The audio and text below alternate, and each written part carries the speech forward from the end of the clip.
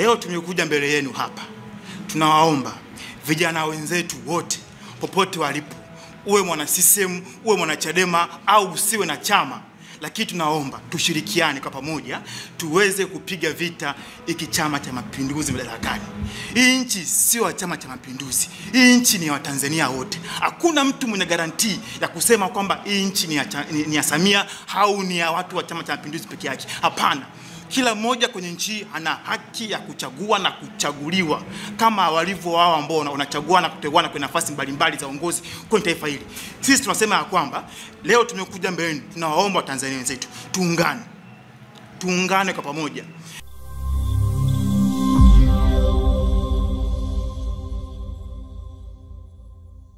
Kwa majina naitwa Angus Robert Okechi, ni mwanafunzi kutoka Chuo Kikuu cha Dar es Salaam, lakini pia ni mwanachama wa Chama cha Demokrasia na Maendeleo. Tunakwenda kuzungumza ajenda ya kwanza ambayo ni muhimu sana, ni kuhusu issue ya no reform no election. Mwaka 1964 alikuwepo mwanaharakati mmoja mkubwa sana nchini Marekani kwa jina wanamuita Malcolm X.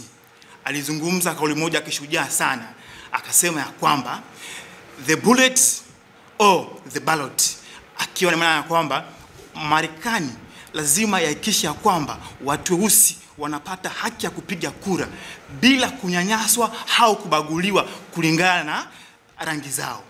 Lakini pia kama ikishindikana, basi itabidi watu wao weusi watumie nguvu na ambao ni mbaya sana ya kutumia bunduki au risasi.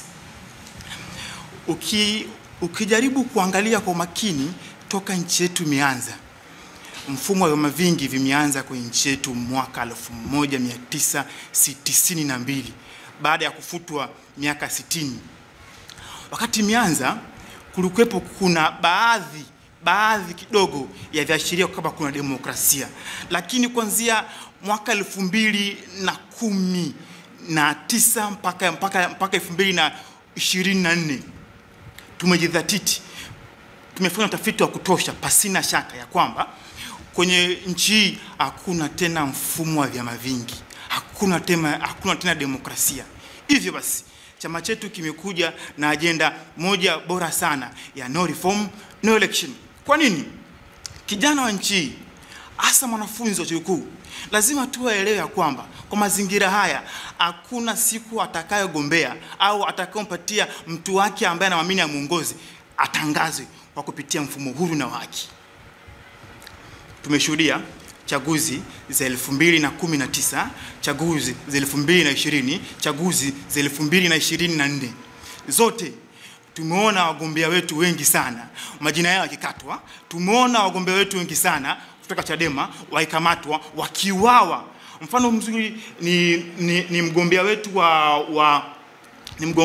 wa serikali za mitaa tu mkoa wa Singida ambaye aliuawa mbele ya mke wake na watoto wake, jambo la kushangaza sana.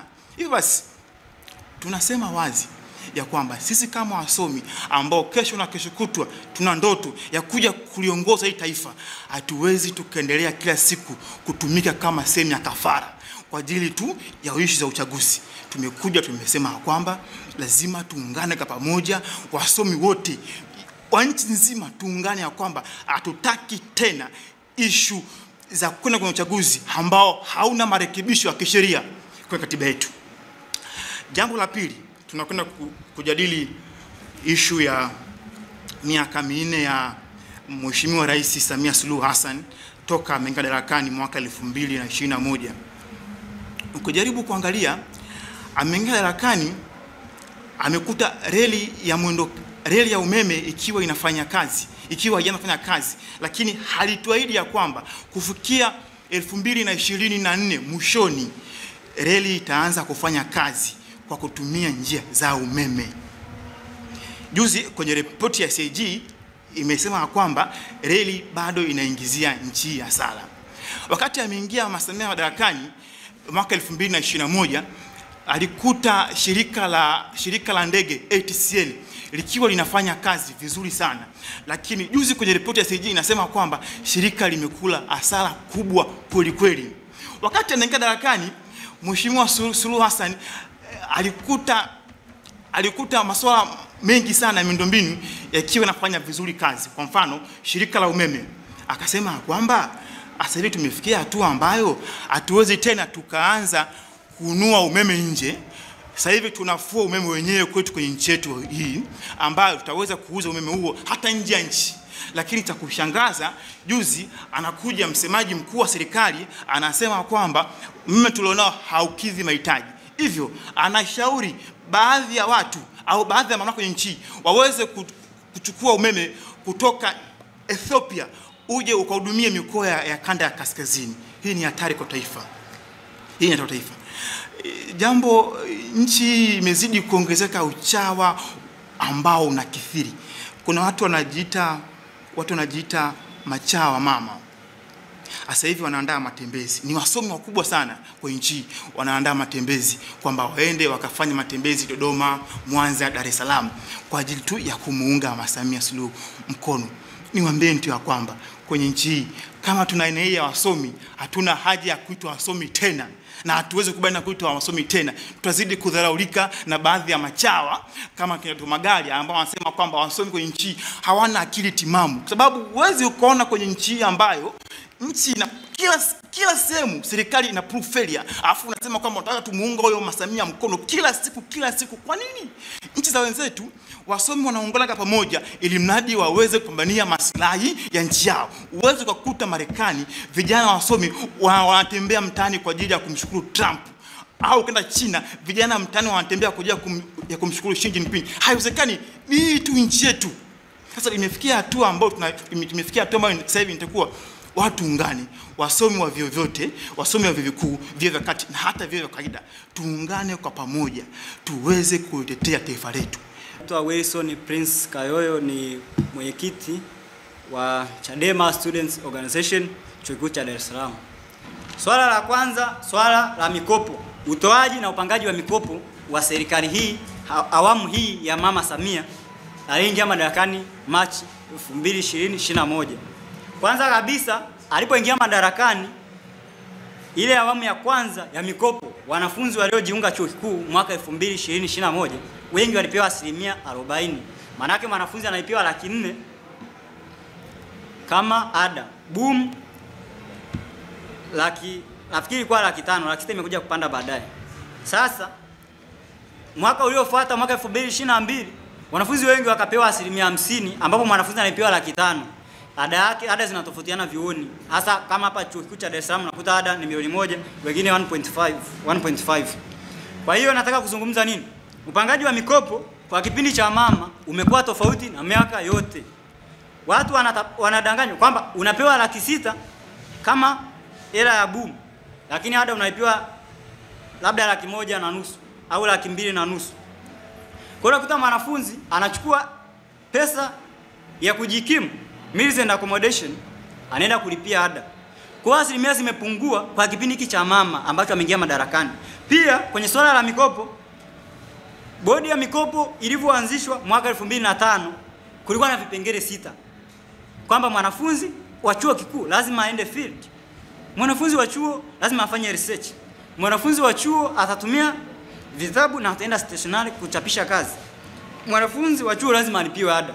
Lakini kipindi cha Mama Samia vipengele vile 6 sasa hivi vimeondolewa. Kwa hiyo mwanafunzi atakuta amepewa hela meals and accommodation na tuition fee. Wachache sana utakuta kapewa labda kapewa books and stationery au kapewa hela ya feed, lakini ni wachache. Kwa hiyo tunataka kusema kwamba huu ni uongo. Wanasema wanamsifia, vijana wake wanamsifia mama ameongeza boom, lakini pia kipindi cha mama, hasa mwaka jana, ndio mwaka ulioongoza kwa wanafunzi kukosa mikopo. Ninalizungumza hili nikiwa nimelishuhudia wanafunzi waliokosa mikopo. Ninawafahamu baadhi yao, wengine wamerudi vijijini, wengine wapo hapa Dar es Salaam wanatafuta maisha, wameogopa hata kurudi nyumbani kwao. Leo hivi vijana wa mama wanaenda wanamsifia mama amewapa wanafunzi mikopo. Wanafunzi waliokosa mikopo wao hamna anayewasemea, hamna atakakozungumza shida zao. Kwa hiyo nazungumza hivi, bajeti ya serikali ya CCM mmekuwa mkitumia hela kwenye mambo ya hovyo. Mnanunua magari ya kifahari milioni 200, mmenunua gari nampa labda waziri. Hiyo milioni 200 mkigawa kwa wanafunzi, simtatimiza ndoto za wanafunzi kusoma vyuo vikuu, kwa sababu bila mikopo wengi, robo tatu ya wanafunzi hawatasoma vyuo vikuu. Mmechukua hela gori la mama, mmechukua hela mnachoma nyama, mnafanya sherehe, mambo ya anasa. Huu ni utapeli. Kwa hiyo tunaiambia serikali ya Mama Samia kwamba hawa watoto wanaokosa mikopo ni watoto wa Tanzania, ni watoto wa wakulima, ni watoto wa Tanzania kama wengine, wanataka kutimiza ndoto zao kwa kupatiwa mikopo hiyo. Hapo uombaji mikopo unaeleweka. Vigezo vya kuomba mikopo vinaeleweka. Mwanafunzi anaomba mkopo, anakosa, haambii kwa nini kakosa. Anaomba tena, anakosa. Sasa huo ni utapeli. Kama bajeti za Tanzania zinakuwa hazitoshi kutimizia wanafunzi matakwa yao, uwepo utaratibu kwamba mwaka huu waombaji wawe 60,000 au 40,000. Akishazidi mtu pale, mfumo huo unajifunga automatically, kwa sababu mtu anatumia gharama kuomba mkopo. Fomu 30,000 anaomba mkopo, anakosa, haambii kwa nini amekosa, anaomba tena mwaka mwingine, anakosa. Kwa hiyo huu ni utapeli. Huwezi kuwa una gari inaingia watu 60 ukakata tiketi 80. Ndicho wanachokifanya bodi ya mikopo. Wameruhusu watu wengi waombe mikopo, bado wanakosa mikopo na hawaambii kwa nini wanakosa mikopo. Kwa hiyo tunaitaka serikali ya Mama Samia ijue kwamba kuna wanafunzi wengi wamekosa mkopo mwaka jana, na hao wanaokusifia kwamba unaweza unapiga kazi umeongeza mikopo kwa wanafunzi, huo ni utapeli. Bora bumu lingebaki 500,000, ada ikalipiwa mtu 100%, akapewa mwanafunzi hela ya field, akapewa books and stationery, akapewa special faculty and requirement. Hii kidogo ingemsaidia. Lakini unampa 600,000, unamlipia ada 200,000. Hiyo inakuwa ni uhuni na ni utapeli. Hilo swala la mikopo nilikamilisha hivyo. Kwa hiyo bajeti ya mwaka huu tunaomba serikali iongeze budget au iache kwa tapeli wanafunzi. Kama wanakuwa wapi mkopo, wawaambie hatuwapi mkopo kwa sababu hizi na hizi. Waache kuwa wanawachosha wazazi. Mtu ajue kabisa haombi wala asitumie muda wake kuomba mkopo kwa sababu hapati. Swala la mikopo sio kubeti wala michezo ya kubahatisha. Swala la mikopo inaeleweka. Ni vigezo, ana vigezo, mpe mkopo, aendelee, asome chuo, amalize, aende anakoenda. Swala jingine, matatizo ya vyuoni. Kuna tatizo la miundombinu mibovu. Tunasoma kwenye vyuo, miundombinu ni ile ile ya zamani. Ufinyu wa madarasa, matatizo ya vifaa vya kufundishia. Wengine wanasoma kozi ambazo hizo kozi wanatumia vitabu. Unakuta vitabu vinavyofundishwa darasani haviko library. Sasa kama serikali ina mpango wa kusaidia wanafunzi, zile maktaba zimejengwa ili kuwe na vitabu. Vitabu viko library, unakuta vingi mnavyosoma unaenda kununua kitabu wewe, library havipo. Hayo yote ni matatizo. Venue, vimbweta, hata ofisi za watumishi vyuoni ni zile zile za zamani. Kwa hiyo tunaiambia serikali, hawa vijana wanaosifia serikali waje waiambie kwamba kuna tatizo 1 2 3. Venue ni mbovu, ufinyu wa venue, ziongezwe venue ambazo ni nzuri, ambazo zinaendana na kipindi tulichopo. Hii ni karne ya ngapi? 21, lakini bado tunatumia madarasa yale yale ya Mjerumani. Hatutaki matatizo kama yale yaliyotokea Kariakoo kwa sababu majengo ni ya zamani.